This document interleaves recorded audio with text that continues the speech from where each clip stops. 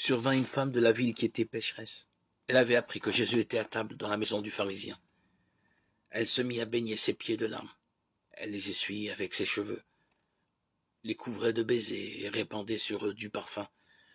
Voyant cela, le pharisien se dit en lui-même, « Si cet homme était un prophète, il saurait que cette femme qui le touche est ce qu'elle est, une pécheresse. » Jésus conclut, « Si je te déclare que ses péchés si nombreux ont été pardonnés, c'est parce qu'elle a montré beaucoup d'amour. » Il dit à la femme, « Tes péchés ont été pardonnés. » Les convives se mirent à dire en eux-mêmes, « Qui est cet homme qui va jusqu'à pardonner les péchés ?»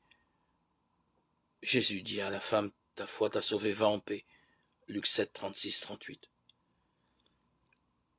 Simon se trompe, il a devant lui bien plus qu'un prophète.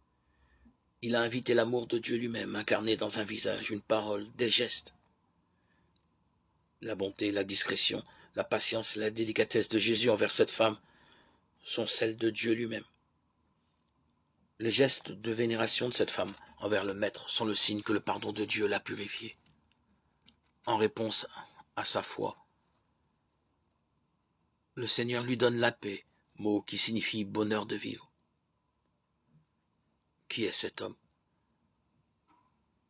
Pour la foi chrétienne, il est l'amour de Dieu qui prend les devants, va chercher la brebis perdue, lui rend sa vraie place.